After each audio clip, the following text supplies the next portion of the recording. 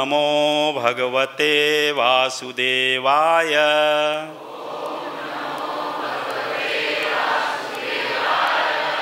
ओम नमो भगवते वासुदेवाय।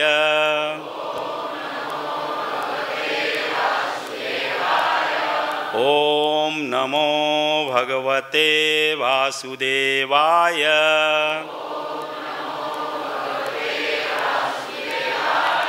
नारायणं नमस्कृत्य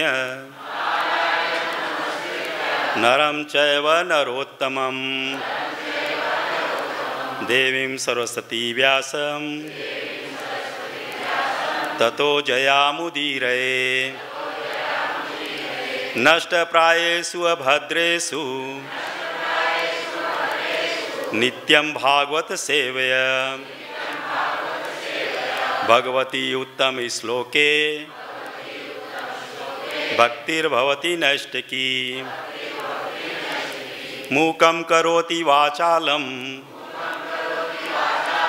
पंगुं लंघयते गिरिं। यत्कृपातमहं वन्दे श्रीगुरुदीनतारिणं परमानंदमाधवम्। श्लोक इस प्रकार से है। स एष भगवान राजन व्यतनोत विहतम यशा पुरा रुद्रस्य देवस्य मयेनानंत मायिना। स एष भगवान राजन व्यतनोद विहतम यशा पुरा रुद्रस्य देवस्य मयेनानंत मायिना। स एष भगवान राजन व्यतनोद विहतम यशा पुरा रुद्रस्य देवस्य मयेनानंत मायिना। स एष भगवान राजन व्यतनोद विहतम यशा पुरा रुद्रस्य देवस्य मयेनानंत मायिना।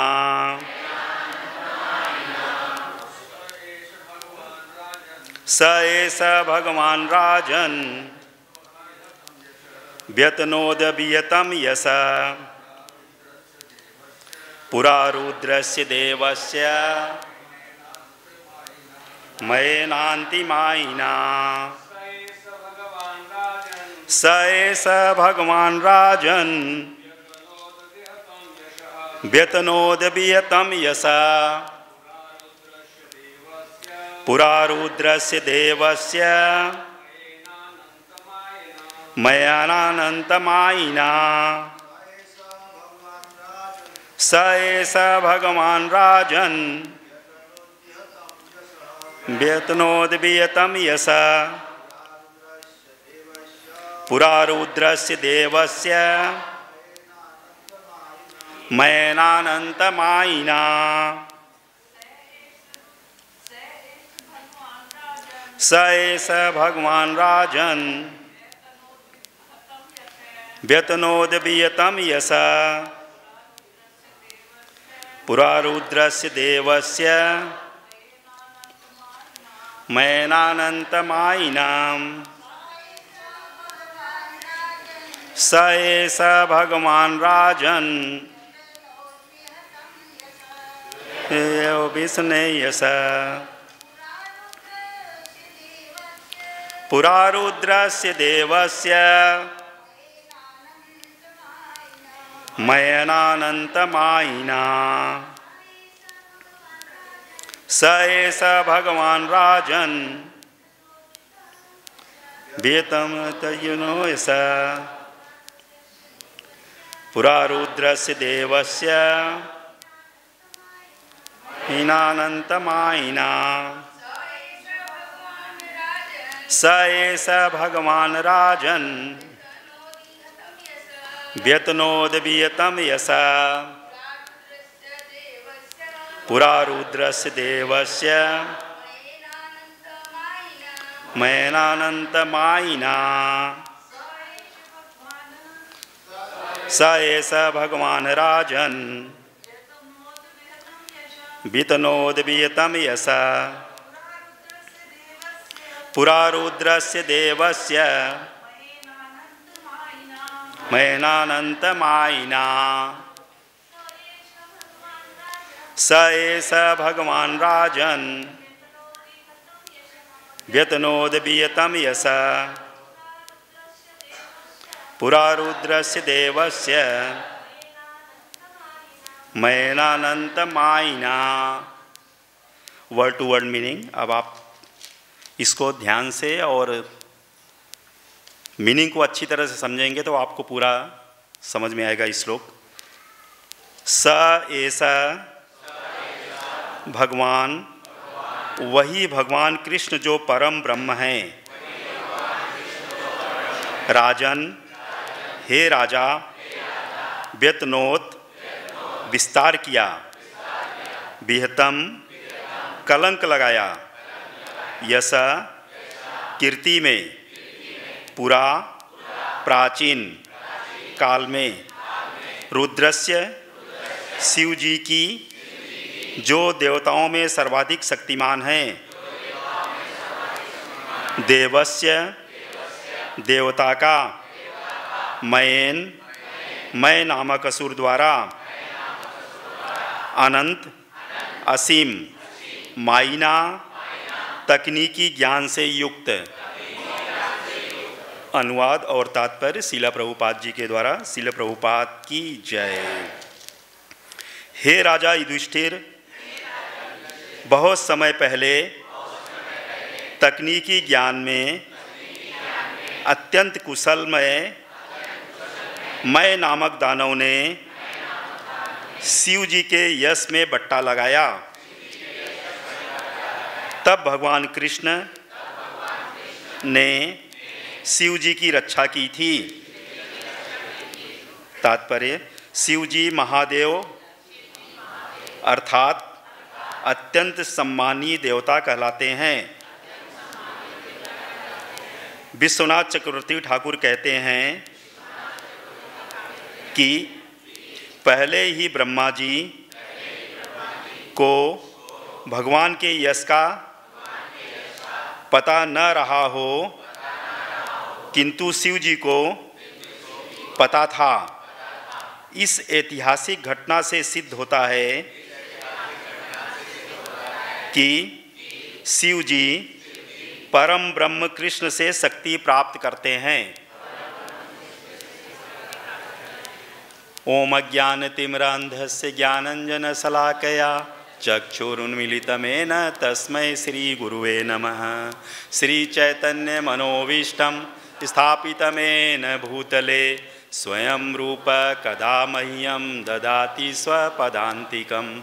वन्देऽहं श्रीगुरु श्रीयुतपदकमलं श्रीगुरुवैष्णवांश्च। श्रीरूपं साग्रजातं सगण रघुनाथविन्तं तं सजीवं साद्वैतं सावधूतं परिजनसहितं कृष्णचैतन्यदेवं श्रीराधाकृष्णपादान् सगण ललिता श्रीविशाखावान्तिश्च। हे कृष्ण करुणा सिंधु दीनबंधु जगतपते गोपेश गोपिका कांत राधा कांत नमस्तुते। तप्त कांचन गौरांगी राधे वृंदावनेश्वरी वृषभानुसुते देवी प्रणमामि हरिप्रिये। वाञ्छाकल्पतरुभ्यश्च कृपा सिन्धुभ्येव च पतितानां पावनेभ्य वैष्णवभ्य नमो नमः। सभी वैष्णव के चरणों में प्रणाम करते हुए हम इसका आपस में चर्चा करेंगे। इससे पहले हम राधा श्याम सुंदर ललिता विशाखा श्री श्री कृष्ण बलराम, श्री श्री गौड़ निताई और प्रभुपाद जी के आंगन में आज हम भागवत कथा श्रवण करने का अवसर मिला है। और हम सब लोग आज इस कथा के माध्यम से यह जानने का प्रयास करेंगे कि इससे हमें क्या सिद्धांत, यहाँ पे क्या सिद्धांत बताया गया है और क्या शिक्षा हमें मिलती है, ताकि हम अपने भक्ति जीवन को और अपने जीवन में भक्ति को हम और मजबूत कर सकें।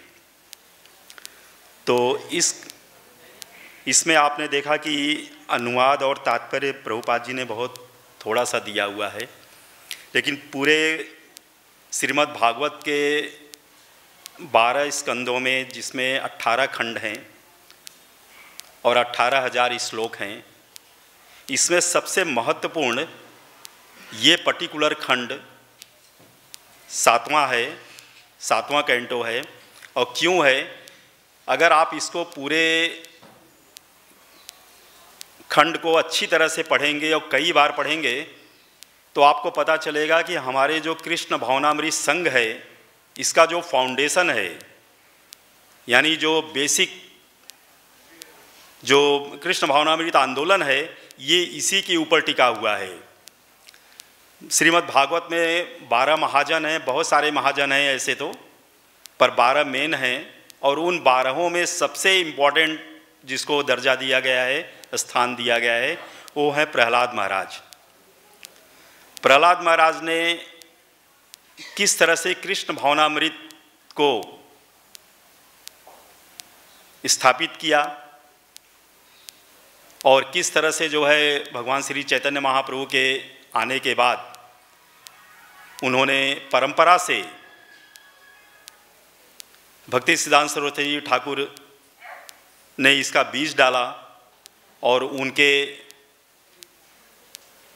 परम कृपालु शिष्य श्रील प्रभुपाद जी ने इसको पूरे संसार में, इस पृथ्वी लोक में कृष्ण भावनामृत संघ का नाम दे करके कृष्ण भावनामृत, कृष्ण की भावना में रहना, एक्चुअली बहुत ग्राउंड लेवल पे हम लोग समझें। और प्रभुपाद जी ने खास करके इस खंड को इस तरह से लिखा और इतनी सरल भाषा में लिखा है कि हर कोई इसको 2-4 बार 10 बार यदि गहराई से पढ़े तो उसको सारी बात समझ में आ जाती है। और किस प्रकार से समझ में आती है, जैसे 2 उदाहरण हम आपको देंगे। एक बहुत बड़ा गार्डन है फूल का, उसमें हजारों प्रकार के फूल लगे हुए हैं। तो मधुमक्खी जो है उन सारे फूलों पे घूम करके पर्टिकुलर उस फूल पे जाके बैठती है जिसके अंदर मधु है, और वहाँ से वो मधु सक कर लेती है और इस तरह से हनी भी, यानी मधु छत्ता फॉर्म होता है। आप लोगों ने एक्सपीरियंस किया है। इसी तरह से पक्षियों में एक पक्षी है परमहंस।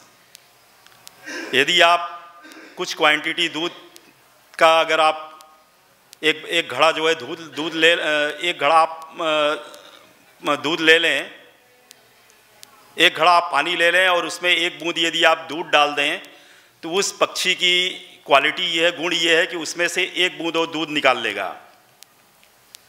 इसी तरह से जो विद्वान होते हैं, जो ज्ञानी होते हैं, वो लोग इस संसार में रहते हुए भी उस चीज़ को निकाल लेते हैं। और इस पूरे खंड को पढ़ने के बाद और इस खास करके इस अध्याय को पढ़ने के बाद आपको भी इसका अनुभव होगा कि कैसे आप उस स्तर तक पहुंच सकते हैं। शुरू से लेकर के इसमें देखा आपने कि अनुवाद में प्रभुपाद जी लिख रहे हैं कि बहुत समय पहले तकनीकी ज्ञान में अत्यंत कुशल मय नामक दानव ने शिव जी के यश में बट्टा लगाया। यानी सनातन काल से देवताओं और दानवों में युद्ध होता रहा है, और ये जो वर्तमान स्थिति चल रही है, वर्तमान समय चल रहा है, इस समय तो युद्ध इतने ज़बरदस्त हो रहे हैं कि हर कोई एक्सपीरियंस कर रहा है इस बात का कि इन बातों को समझने वाले, जानने वाले बहुत थोड़े लोग बचे हैं, बहुत थोड़े लोग, मुट्ठी भर बचे हैं। शायद आगे आने वाले समय में ये भी नहीं रहेंगे। इस समय राक्षस और दानवों की प्रवृत्ति इतना ज़्यादा हो गई है। इस अध्याय से आपको बहुत मूल विषय पे मैं आपसे चर्चा करूंगा और प्रश्न आपको बता रहा हूं कि उन प्रश्नों के उत्तर आपको मिलेंगे। भले इसमें थोड़ा ही तात्पर्य दिया हुआ है, लेकिन इससे बहुत सारी सूचनाएं हमें प्राप्त होती हैं। सबसे पहले तो हमें बार बार जो है, कई बार सुनने के बाद में भी ये चीज़ समझ में नहीं आता है कि यह संसार क्यों बना। और ये प्रश्न स्वाभाविक रूप से, चाहे भक्त हो या अभक्त हो या संसार का कोई भी प्राणी हो, उसके माइंड में ये चीज़ आता ही आता है कि ये संसार क्यों बना, कहाँ से बना, किसने बनाया, क्या ज़रूरत थी संसार की, इस संसार में हम क्यों आए, क्यों ऐसा सोचते हैं हम। इसलिए सोचते हैं कि हमें पता है कि हमारे एक समय निश्चित है कि हमारी मृत्यु आएगी, बुढ़ापा होगा, बीमारी होगी। इस संसार में कोई भी व्यक्ति आज तक ऐसा नहीं हुआ है जो इस चीज़ से बचा हो। तो यहाँ पर जो मैंने आपको दो उदाहरण दिए, मधुमक्खी का और परमहंस का, उस उदाहरण से हम ये समझ सकते हैं कि प्रभुपाद जी ने बहुत सरल भाषा में यहाँ पर हमने समझाने का प्रयत्न किया है कि किस तरह से हम जो है अपनी स्वाभाविक नेचुरल यानी प्राकृतिक जो हमारी स्थिति है, आत्मा की जो स्वभाव है, आत्मा नहीं चाहता कि हमारा मृत्यु हो, हमारे यहाँ पर बुढ़ापा हो, हमारी बीमारी हो। यदि आपको यहाँ पे इस संसार में जन्म लेने से पहले पता चले कि एक गांव ऐसा है जहाँ पे जीवन शाश्वत है, वहाँ पे न ही मृत्यु है, न ही बुढ़ापा है और न ही बीमारी है, अगर मृत्यु से पहले आपको इसका अंदाज हो जाए तो क्या आप इस गांव में आना चाहेंगे। इस गांव से मेरा अर्थ है संसार का। क्या इस संसार में कोई भी व्यक्ति, चाहे वह इस दुनिया का मालिक हो, चाहे कोई भी हो, भिखारी हो, लेकिन हर व्यक्ति के मन में ये प्रश्न आता है कि मैं इस संसार में क्यों आया। जैसे ही अथातो ब्रह्म जिज्ञासा यानी हम ये जानने का प्रयत्न करते हैं, वहीं से हमारे भक्ति की शुरुआत होती है। वेदांत सूत्र के 3 मुख्य भाग हैं। सारांश में मैं बताना चाहूँगा कि वेदांत सूत्र जो हम लोग इतना सब स्टडी करते हैं, उसके मूल विषय खाली 3 हैं। हम कौन हैं, भगवान कौन है, और भगवान से हमारा संबंध क्या है। ठीक है। तो इस तरह से जब हम ये जिज्ञासा करते हैं, जैसे ही हम ये जिज्ञासा करते हैं कि हम कौन हैं और इस संसार में क्यों आए हैं, और इसका प्रश्न का उत्तर यदि आपको 100% अच्छी तरह से आपके अंदर बैठ जाता है, आपको पता चल जाता है, तो गुरुजनों की कृपा से फिर कुछ इसकी पैराफिनेलिया जो प्रभुपाद जी ने यहाँ बताया है, उसके आधार पे हम बताना चाहेंगे कि तुरंत आप जो है इस संसार से मुक्ति पालोगे और निश्चित रूप से आपको भगवान का धाम प्राप्त होगा यदि आप भक्ति के निर्देशों का पालन करते रहें। और बहुत सरल तरीके से प्रभुपाद जी ने इसमें बताया है। इस संसार में आप देखेंगे कि भक्ति की शुरुआत अथातो ब्रह्म जिज्ञासा यानी मैं कौन हूँ, भगवान कौन है, हमारा संबंध क्या है, ये जिज्ञासा करने मात्र से आपको ये पता चलता है कि 84 लाख योनियों में सिर्फ 8 लाख मनुष्यों की योनियाँ हैं, और 8 लाख मनुष्यों की योनियों में भी 4 लाख मनुष्यों की योनियाँ, इसमें 8 प्रकार के मनुष्य बताए गए हैं। और 8 प्रकार के मनुष्यों में 4 प्रकार के ऐसे मनुष्य हैं जो टोटल नास्तिक हैं। वो भगवान के समय में भी थे, आज भी हैं और आगे भी रहेंगे। वो कभी भी भगवान की शरण को ग्रहण नहीं करेंगे। इसमें भी प्रश्न उठता है कि ये क्यों नहीं ग्रहण करेंगे, वो अभी क्लियर हो जाएगा जब आपको ये पता चलेगा कि आपने जो है उस चीज़ को क्यों नहीं ग्रहण किया। धर्म मनुष्य जीवन का प्राकृतिक गुण है, प्राकृतिक स्वभाव है, ओरिजिनल आइडेंटिटी है। धर्म को जीवन में पालन करना अति आवश्यक है। धार्मिक जीवन का मतलब होता है सत्य का पालन करना, दया की भावना रखना, सत्य शौच यानी क्लीननेस, शुद्धता हमारे अंदर होनी चाहिए, दया, सत्य, दया, क्षमा और शौच, ये 4 चीज़ें ये टिपाई रखी है। अगर इसका एक पाया टूट जाए तो ये बैलेंस नहीं होगा। ये बिल्डिंग है, इसका एक पाया यदि कमज़ोर हो जाए तो ये स्टेबल नहीं करे, ये स्टेब्लिश नहीं होगा। एक मनुष्य है ऐसा जो इस बात को समझ सकता है। तो धार्मिकता क्या है? जो ये 4 चीज़ों को किसी न किसी रूप में इसका पालन करता है। और इन 4 चीज़ों को इस कलयुग में, इस सत्य, दया, क्षमा, शौच, ये सतयुग, द्वापर, त्रेता से होता चला आया, पर कलयुग में इसी को प्रभुपाद जी ने बहुत सुंदर 4 नियमों के अधीन बताया कि जो व्यक्ति किसी तरह का मांस भक्षण नहीं करता, किसी तरह का नशा नहीं करता, पर स्त्री संग नहीं करता, और ध्रुत क्रीड़ा यानी जुआ सट्टा लॉटरी में नहीं जाता है, और भगवान के नाम का 16 माला का जप यदि निष्ठापूर्वक करता है, तो वो व्यक्ति धर्म का आचरण करता है और धर्म से जुड़ जाता है। और उसके साथ साथ उसकी ये जिज्ञासा होती है कि मैं कौन हूँ, भगवान कौन है, भगवान से संबंध क्या है। इसके बाद इसी पर्टिकुलर बात को छोड़ करके जितनी भी बातें हैं वो सब अधार्मिकता में आती है। अधार्मिकता का अर्थ होता है पाश्विक प्रवृत्ति, पशुओं वाली प्रवृत्ति। और पशुओं वाली प्रवृत्ति क्या है? आहार, निद्रा, भय और मैथुन। मूल रूप में जो कर्म है, जो कार्य है, ये सारी योनियों में हर जीव करता है। पर जैसे ही हम अपने जीवन में धर्म को पालन करते हैं तो तुरंत ये मैंने जो परमहंस की बात कही, आपने इस पूरे कीचड़ में से उस चीज़ को निकाल लिया। ये आपका इंटेलिजेंस है, ये आपकी बुद्धिमानी है, ये आपकी समझदारी है, ये आपकी भक्ति का शुरुआत है, ये भक्ति का अंग है। और यदि हम ऐसा नहीं करते हैं तो हमें मनुष्य कहलाने का कोई अर्थ नहीं है।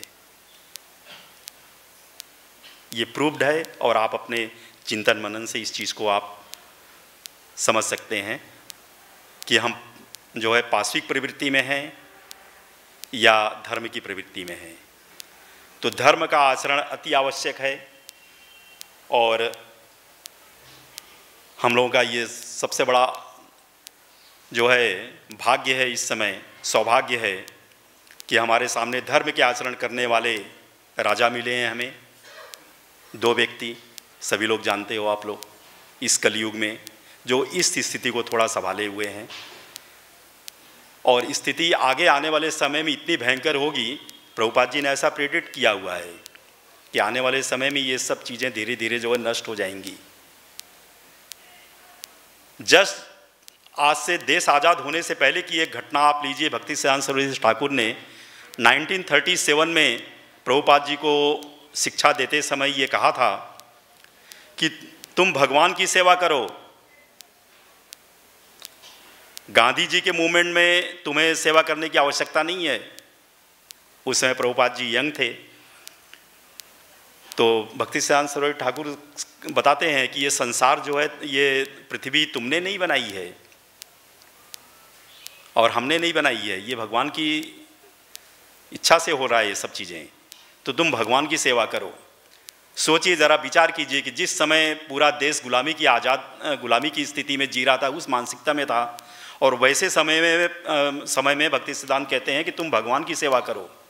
आज हमारे गुरुजन भी कहते हैं कि हमें दुनिया की दारी छोड़ करके भगवान की सेवा में लगना चाहिए। तो ये बात अपने आप में बहुत वजन है, बहुत भारी है। और भगवान की सेवा में लगने का अर्थ है भक्तों के संग में आना। जैसे आज आप लोग भागवत सुन रहे हैं, आप लोगों के पुण्य है, आप लोग भाग्यवान हैं। नहीं तो कितने लाखों लोग इस समय होली का मौसम है, आप देख लीजिए पूरे वृंदावन में लोग घूम रहे हैं, पर इसमें रुचि नहीं है उन्हें। बहुत कुछ चीज़ों में रुचि, पर इसमें रुचि नहीं है। तो जानकारी है, सब कुछ है। और आज इस मॉडर्न युग में, इस समय जो चल रहा है, इसमें लोगों को बहुत ज्ञान है, सब कुछ ज्ञान है, लेकिन ज्ञान स्थिति ऐसी है कि वो इतनी विकृत स्थिति में दिन पे दिन होती जा रही है कि लोग अपने यथार्थ से बाहर चले जा रहे हैं। उनको रियलिटी या वास्तविकता से कुछ लेना देना नहीं, अपने स्वार्थ के लिए कुछ भी करने को तैयार हो जाते हैं। तो यहाँ पे देखिए बहुत सुंदर जो है, मैं नामक दानव ने शिव जी के यश में बट्टा लगाया। इससे पहले मैंने बताया कि दैत्य और दानव और देवता में शुरू से संघर्ष चलता रहता है, और ये संघर्ष सनातन काल से चलता आ रहा और आगे भी चलता रहेगा। तो भक्त लोग इससे कैसे बच सकते हैं? हम लोग भक्ति करते हैं और धर्म का यदि आप पालन करेंगे तो निश्चित रूप से आप इसमें बचेंगे, इस बात की 100% गारंटी है।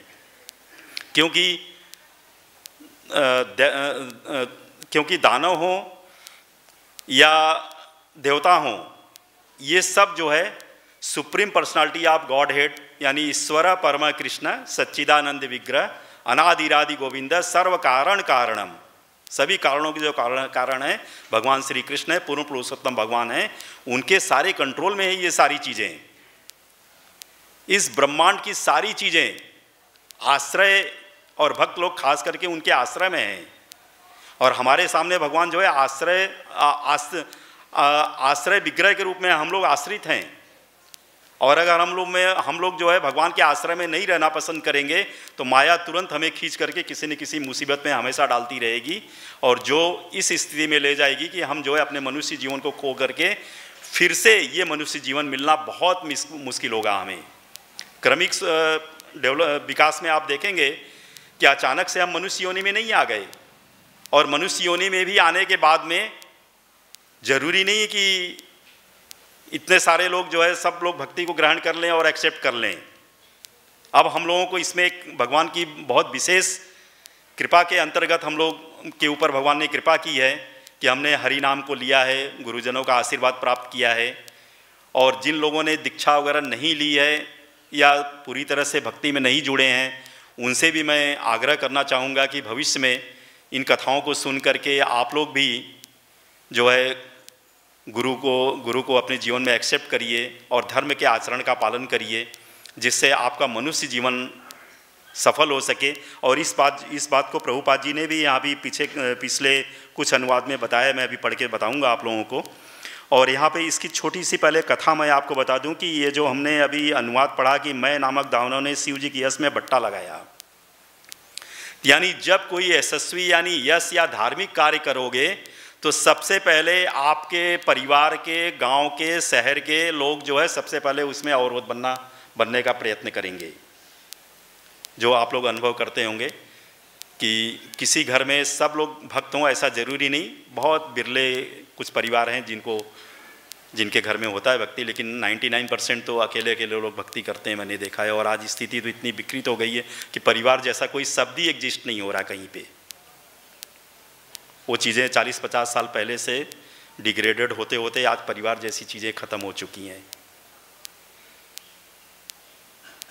तो शिव जी को बट्टा लगाया, इसका अर्थ यहाँ पे लिखा हुआ है बट्टा लगाया, इसका अर्थ ये है कि मैं दानव बहुत, जैसे हमारे देवताओं में जो सबसे उच्च देवता यानी शिरोमणि हैं, भगवान का स्तर जिनको दिया गया है, लगभग भगवान नहीं पर भगवान का स्तर दिया गया है, भगवान कृष्ण ने उनको बहुत अपने पास रखा है, वो हैं शिव जी। तो शिव जी ब्रह्मा और कृष्ण,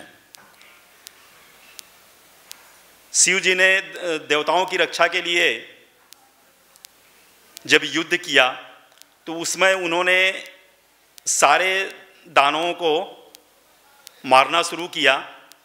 तो मैं दानव जो उन सब में सुप्रीम था दानवों में, उसने जो है अपनी शक्ति से एक तालाब का प्राकट्य किया और उस तालाब के अंदर अमृत का पानी इस तरह से भर दिया कि जितने लोगों को शिव जी मारते थे उतने लोग आकर के उसमें जब गिरते थे तो वो सब जो है वापिस जीवित हो जाते थे। तो शिव जी बहुत चिंता में पड़ गए कि अरे ये क्या हो गया, तो ये तो सब वापस जिंदा होते जा रहे हैं। तो यहाँ पर जो है बहुत सुंदर लीला जो है भगवान करते हैं, ब्रह्मा जी को अपने पास बुलाते हैं और ब्रह्मा जी को बछड़े का रूप देते हैं और अपने स्वयं गाय का रूप लेते हैं, और बछड़े और गाय का रूप लेकर के उस तालाब में जाते हैं और पूरा का पूरा जो है वो पानी सक कर लेते हैं, पी जाते हैं। इस तरह से जो है शिव जी की रक्षा करते हैं। तो यहाँ पे एक सबसे बड़ी सूचना ये मिलती है कि हम लोगों को 33 करोड़ देवी देवता और इसमें भी सबसे उच्च स्थान पर जो शिव जी हैं, ये भी वरदान जो है भगवान से इनसे भी अपनी रक्षा के लिए भगवान से याचना कर रहे हैं। और ब्रह्मा जी की तो आपने तमाम लीलाएं सुनी है ब्रह्म विमोहन लीला वगैरह में कि किस तरह से जो है ब्रह्मा जी भी भगवान के ऊपर शक कर लेते हैं, तो हम लोगों को तो साधारण लोग हैं कि ये सुप्रीम पर्सनालिटी यही है कि कोई और हैं। लेकिन यदि आपके पास में इन सिद्धांत और ख़ास करके सिद्धांत और शिक्षा का यदि आपके जीवन में ज्ञान है और गुरु की कृपा है, तो निश्चित रूप से आपको ज़्यादा कुछ इसमें जो है ज़्यादा शास्त्रों का अध्ययन, ज्ञान, बड़े बड़े कथा कहानी सुनने की कोई आवश्यकता नहीं है। पर सुनने के विषय में भी बहुत सुंदर बात इसमें प्रभुपाद जी बताते हैं, वो मैं आपको बता रहा हूँ। तो इस कथा के माध्यम से आगे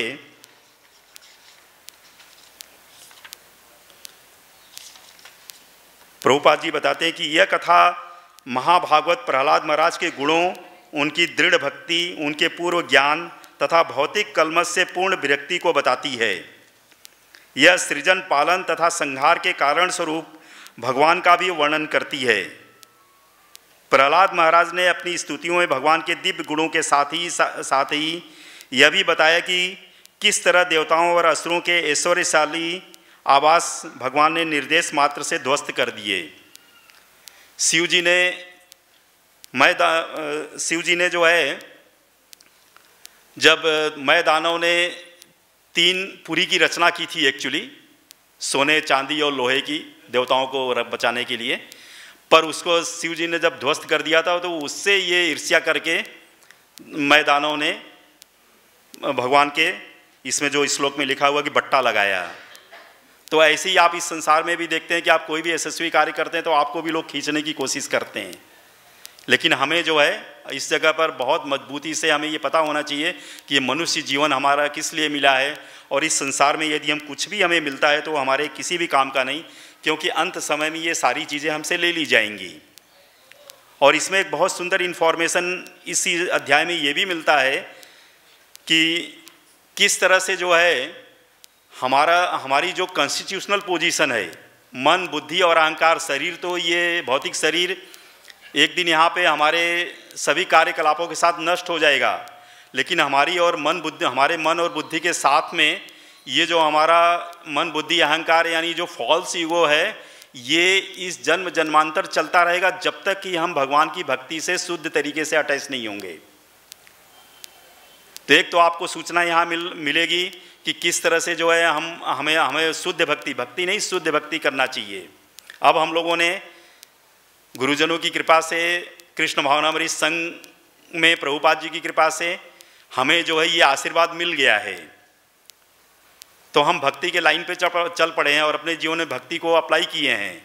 अब इस भक्ति में और मजबूती लाने के लिए प्रभुपाद जी बता रहे हैं यहाँ पर कि हमें जो है ये चीज़ें इसी जीवन में हमें रोकना है, यानी फिर से हम पाश्विक प्रवृत्ति में वापस न गिर जाएं और मनुष्य जीवन से हमारा सीधा बैकुंठ धाम यानी भगवान के लोक में हम जाएं, बैकुंठ में जाएं, जहाँ पर जा करके हमारा जीवन फिर से जन्म, मृत्यु, जरा, व्याधि के चक्र में फिर से न फंसे।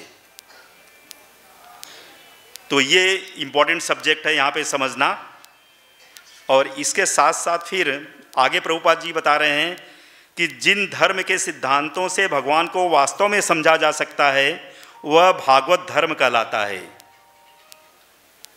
यानी भागवत ही एक ऐसा सब्जेक्ट है, विषय है, जिसको आप समझ करके ये जान सकते हैं कि हमारे मनुष्य जीवन को भगवान से कैसे हम जोड़ सकते हैं, यानी मैं कौन हूँ, भगवान कौन है और हमारा संबंध क्या हो सकता है। अतएव इस कथा में इन सिद्धांतों का समावेश होने से वास्तविक अध्ययन का भली भांति वर्णन हुआ है। अगली जगह पे प्रभुपाद जी लिख रहे हैं, तो नारद मुनि बता रहे हैं इस बात को युधिष्ठिर महाराज से। ये एक तरह से देखा जाए तो प्रहलाद महाराज की प्रशंसा कर रहे हैं युधिष्ठिर महाराज से नारद जी, क्योंकि आप देखेंगे कि द्रौपदी, पांडव, जितने भी लोग ये सब हुए हैं, इन सब लोगों ने किसी न किसी परिस्थिति में भगवान को यहाँ बुलाया है। लेकिन प्रहलाद जी के आचरण में आप देखेंगे, इनके चरित्र में आप पाएंगे कि कहीं पर भी इन्होंने भगवान को बुलाया नहीं है। और महारानी कुंती ने भी भगवान का आश्रय जरूर ग्रहण किया था, लेकिन उन्होंने भी जो है भगवान से मांगा तो क्या मांगा, ये बड़े आश्चर्य की बात है। अब मांगा क्या कि मुझे कष्ट दो, कोई दुनिया में कष्ट मांगता है? कोई नहीं मांगता। लेकिन यहाँ पे प्रहलाद महाराज भी, जिसके पिता ने इतना अत्याचार किया हो और जिसका साम्राज्य था, राजा थे हिरण्यकश्यपु, और उन्होंने किस तरह से अपने पुत्र के ऊपर आघात किया था, इसके बावजूद भी जब उसकी मृत्यु हो गई तो हाथ जोड़ करके भगवान से प्रार्थना करते हैं प्रहलाद महाराज की, आप इन्हें मुक्ति दो, इनको वो करो। तो इस विषय में बड़ी सुंदर बात आगे बताते हैं। नारद मुनि ने कहा, हे महाराज युधिष्ठिर, अत्यंत भाग्यशाली हो, क्योंकि भगवान कृष्ण तुम्हारे महल में सामान्य मनुष्य की भांति निवास करते थे। युधिष्ठिर महाराज को कह रहे हैं कि भगवान स्वयं तुम्हारे महल में निवास करते थे और तुम बहुत भाग्यशाली हो, इसलिए तुम्हें मैं ये बातें बता रहा हूं। अब इसके साथ साथ में आगे बता रहे हैं कि पहले ही प्रहलाद महाराज जब भगवान के सामने प्रस्तुत हुए तो भगवान ने ही उन्हें वरदान दिया कि यह भौतिक वरदान दिया कि यही प्रहलाद महाराज की अनन्य भक्ति से भगवान अत्यधिक प्रसन्न हुए और उन्होंने यही भौतिक वरदान दिया कि वे इस जगत में पूर्णतया सुखी रहें और अगले जीवन में वैकुंठ में निवास करें। आपने एक कंट्रोवर्सी शब्द लगातार आपके दिमाग में अभी आ रहा होगा कि हमने बहुत बार सुना कि जो है यहाँ पर इस संसार में हमें जो है भौतिक चीज़ों को त्यागना चाहिए, भौतिक चीज़ों को त्यागना चाहिए। और लगभग सारे संप्रदाय में, जहाँ तक मेरा अनुभव है कि मैं जितने संत महात्माओं के बीच में अनुभव किया हूँ, मिल करके, जान करके, हर कोई ने जो है यही कहा कि भौतिक संसार को त्यागो, भौतिकता को त्यागना चाहिए, है ना। भौतिकता छोड़ोगे तभी अध्यात्म में प्रवेश होगा। और किसी तरह से आप प्रैक्टिकली इसको प्रूफ करके भी लोगों को अपनी दिमाग बुद्धि को यूटिलाइज करके आप समझा भी सकते हो और समझ भी सकते हो। और 99.99% लोग इसी चेतना में जी रहे।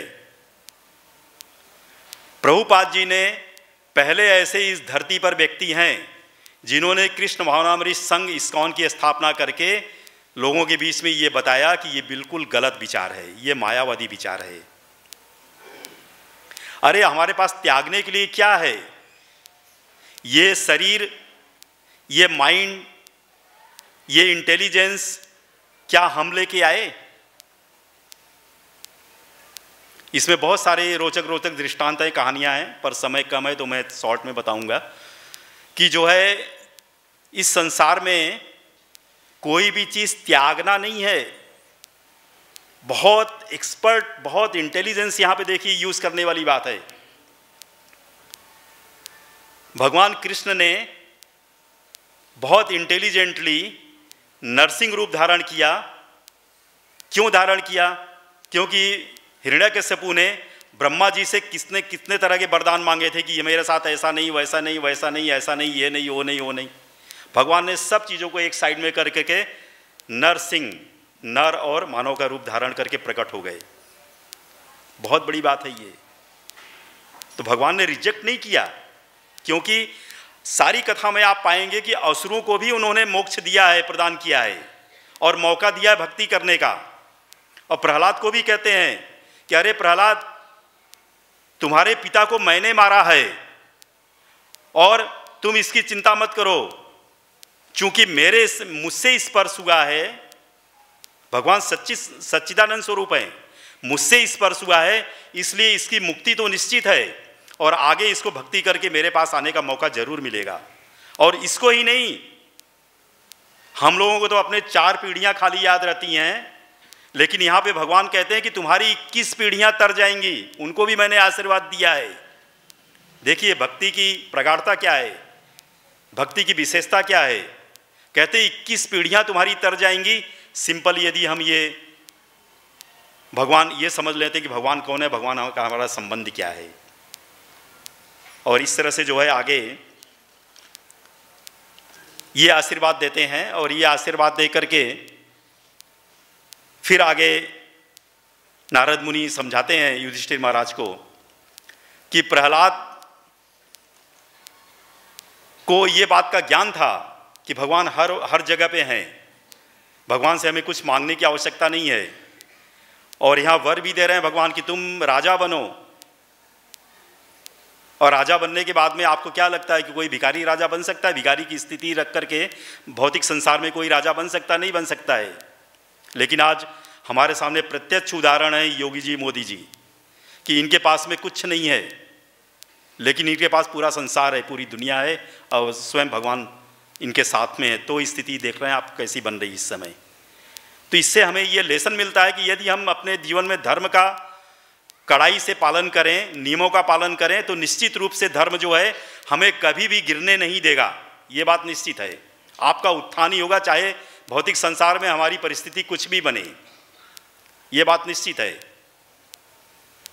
तो यहाँ पे नारद मुनि युधिष्ठिर जी को यह बता रहे हैं, और ये मैंने बताया कि ये सारा का सारा जो है अध्याय क्यों हमारे लिए इम्पॉर्टेंट है कि हमारा जो कृष्ण भावनामृत आंदोलन है, कृष्ण भावनामृत संघ है, ये इसी बेस पर आधारित है।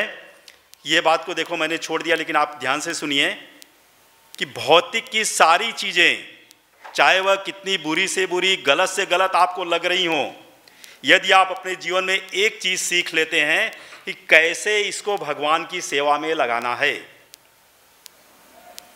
एक मिट्टी का कण और ईश्वर प्रदत्त तो सारी चीज़ें आप ले लीजिए, एक गेहूं का दाना, एक चावल का दाना, एक फ्रूट्स का बीज आप ले लीजिए, इसको कोई इंसान दुनिया में नहीं बना सकता है। और सो कॉल्ड, यानी यहाँ पे देखिए तकनीकी ज्ञान के आधार पर बताया मैदानों के विषय में। तो आज टेक्नोलॉजी हमारी कहाँ जा रही है, इसके बावजूद भी यदि आप देखेंगे कि इन चीज़ों को हम, कुछ अप्राकृतिक चीज़ों को तो हम बहुत ज़्यादा अहमियत देते हैं अपने जीवन में, लेकिन जो हमारी बहुत मूल्यवान चीज़ है उसको हम अपने दिमाग से स्केप आउट करते हैं, निगलेक्ट करते हैं। फॉर एग्जांपल, आपके यहाँ लाइट आप यूज़ करते हो, ये लाइट का बिल देने के लिए आप जा करके क्यू में खड़े हो करके 1 घंटे और फिर आप काउंटर पे बिल जमा करते हो। यदि लाइट आपके पास नहीं बिल जमा करते हो, लाइट कट जाएगी।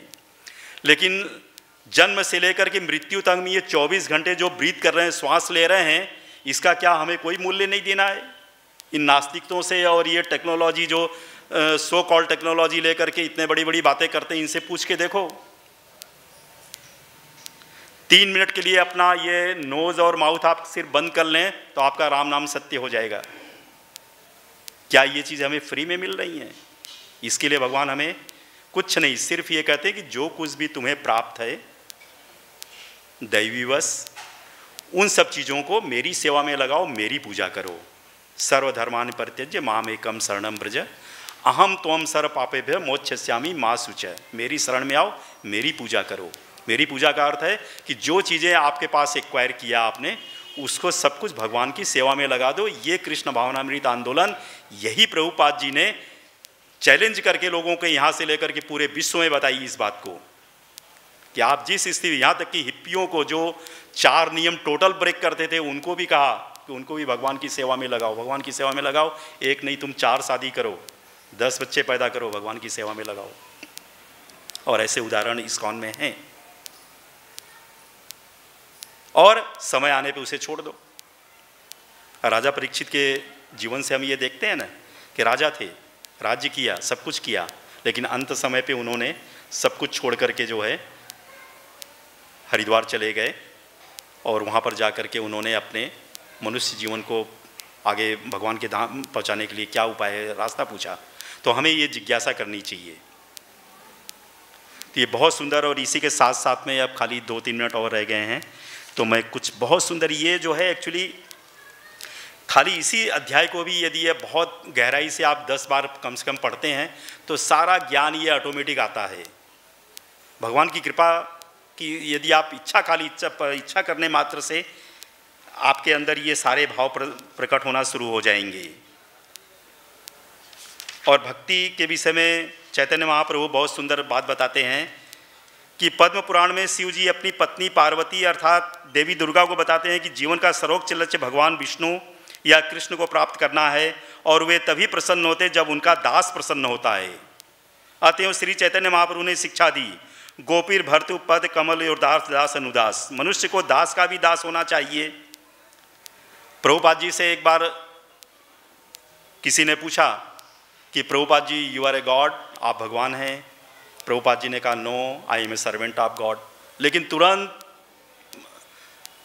प्रभुपाद जी ने अपने आप को करेक्ट करके ऑडियंस के बीच में प्रभुपाद ने बोला, और उनकी आंखों में आंसू आ गए कि सॉरी मैं गलत बोल गया, मैं I am not a servant of God, I am a servant servant servant of the servant of the servant of the God, यानी मैं दासों के दासों का दास हूँ। अब आप समझिए कि हम लोग कहाँ हैं, और हम लोग फटाक से अपने ईगो को तुरंत कॉन्फ्लिक्ट में ला क्रैश कर देते हैं।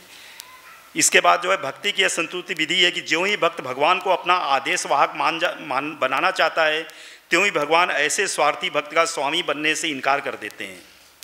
भगवत गीता में 4:11 भगवान ने कहा है, ये यथा मां प्रबद्धन्ते तथा मैं भजाम्यहम्। जो जिस तरह मेरी शरण ग्रह करता है उसी के अनुसार मैं उसे पुरस्कार देता हूँ। ठीक है ना। अब आगे जो है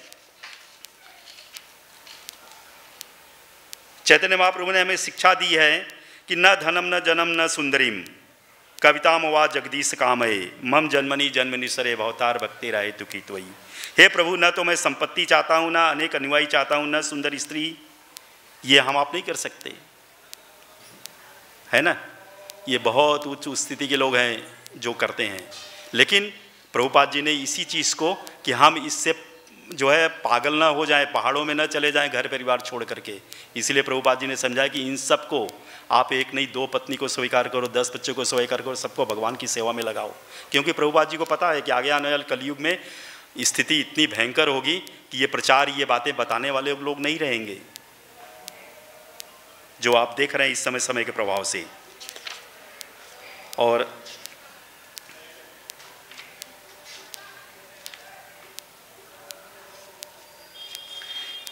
इसमें आप लोग भी चाहिए तो मेरे साथ 1-2 प्रार्थना करके हम क्लास को बंद करते हैं। फिर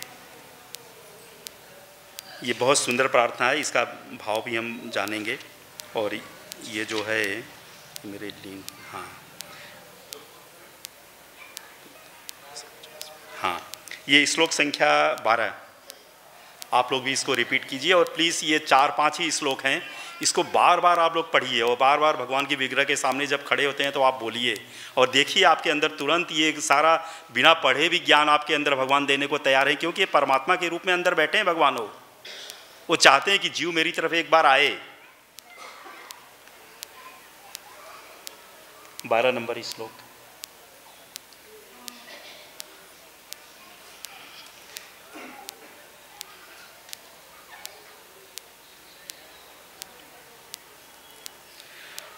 कथा मदीया जुषमाण प्रियास्तव मावेश्य मामात्मि संतमेकम सर्वेषु भूतेषु धियमीशीषं यजस्व योगेन च कर्महिन्वन्। बोलिए सब लोग।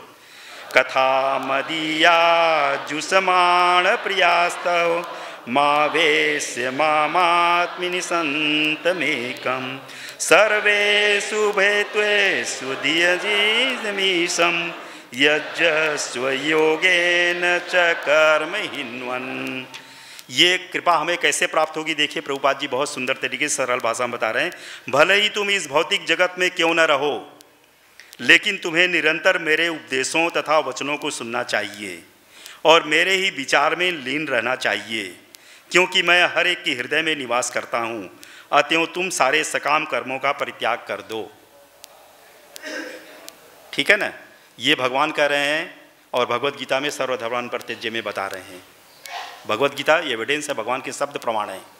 और यहाँ पर इसी बात को रिपीट करके भगवान बता रहे हैं कि तुम जो है मेरे विचार में लीन रहो। यदि आप खाली सोचेंगे कि मन जो है हमारा, देखिए मन बुद्धि अहंकार जो है, इसका थोड़ा सा मैं आपको बता दूं उदाहरण के तौर पर कि सबसे पहले जो है